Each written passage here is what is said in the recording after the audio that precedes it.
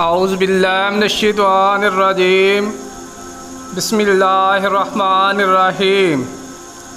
میرے پیارے دوستو، عزیزو، بہن بھائیو، درود پاک پڑھیں، چلتے ہیں حدیث مبارک کی طرف۔ یہ حدیث مبارک بخاری شریف کی روایت ہے جو میں آپ لوگوں کے سامنے بیان کر رہا ہوں۔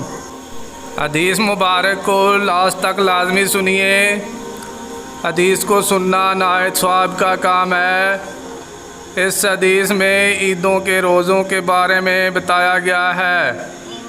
عید کے دن عمر بن خطاب رضی اللہ تعالیٰ عنہ کی خدمت میں حاضر تھا۔ آپ رضی اللہ تعالیٰ عنہ نے فرمایا کہ یہ 2 دن ایسے ہیں جن کے روزوں کی حضرت صلی اللہ علیہ وآلہ وسلم نے ممانعت فرمائی ہے۔